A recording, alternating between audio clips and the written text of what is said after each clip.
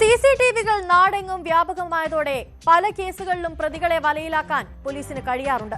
കഴിഞ്ഞ ദിവസം തിരുവനന്തപുരം വെള്ളനാടുണ്ടായ കവർച്ച പരാതിയിലും പോലീസ് ആദ്യം തിരഞ്ഞത് സിസിടിവി ദൃശ്യങ്ങളാണ്. എന്നാൽ കേസ് കീഴ്മേൽ മറിയുന്നതാണ് പിന്നീട് കണ്ടത്. ആധാരമെഴുത്ത് ഓഫീസ് ഉടമയായ 60-കാരി ട്രഷറിയിൽ അടയ്ക്കാനായി കൊണ്ടുവന്ന 10 ലക്ഷം രൂപ തട്ടിയെടുത്തുവെന്നായിരുന്നു പരാതി. സിസിടിവി ദൃശ്യങ്ങൾ പരിശോധിച്ച് പരാതി വ്യാജമാണെന്ന് ഉറപ്പിച്ച പോലീസ് നടത്തിയ ചോദ്യം ചെയ്യലിനെ തുടർന്ന് ഇവരുടെ അടുക്കളയിൽ നിന്ന് തുക കണ്ടെടുത്തു. പണം സ്വന്തമാക്കാനാണ് ഇവർ കള്ളപ്പരാതി ഉന്നയിച്ചതെന്നാണ് പോലീസിന്റെ നിഗമനം.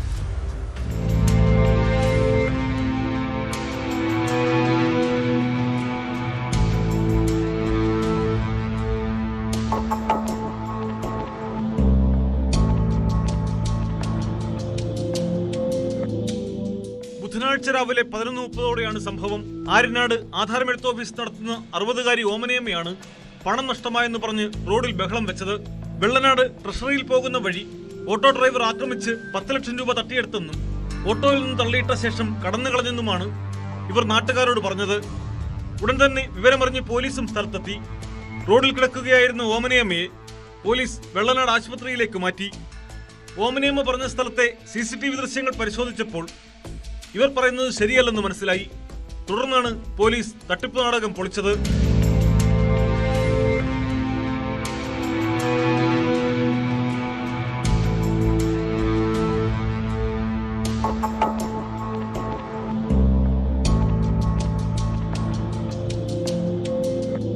പറണ്ടോട് സ്വദേശിയുടെ വസ്തുവിടപാടുമായി ബന്ധപ്പെട്ട് വെള്ളനാട് ട്രഷറിയിൽ അടയ്ക്കാനാണ് പണവുമായി എത്തിയതെന്നാണ് ഓമനയമ്മ പോലീസിനോട് പറഞ്ഞത്.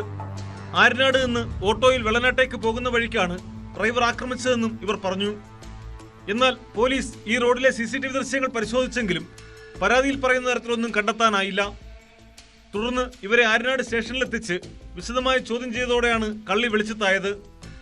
6 ലക്ഷം രൂപ വീടിന്റെ അടുക്കളയിലും ബാക്കി തുക തന്റെ ആധാരമെഴുത്ത് ഓഫീസിലും ഒളിപ്പിച്ചു വെച്ചതായി ഇവർ പോലീസിനോട് സമ്മതിച്ചു. തുടർന്ന് പോലീസ് നടത്തിയ പരിശോധനയിൽ ഈ തുക കണ്ടെടുത്തു. സംഭവത്തിൽ കേസ് രജിസ്റ്റർ ചെയ്ത് വിശദമായ അന്വേഷണം നടത്തി വരികയാണ്.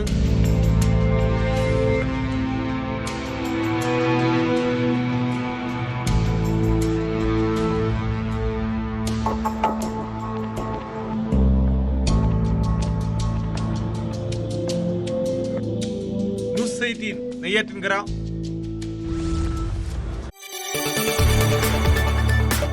കൂടുതൽ വാർത്തകൾക്ക് news 18 Keralam YouTube channel subscribe ചെയ്യുക.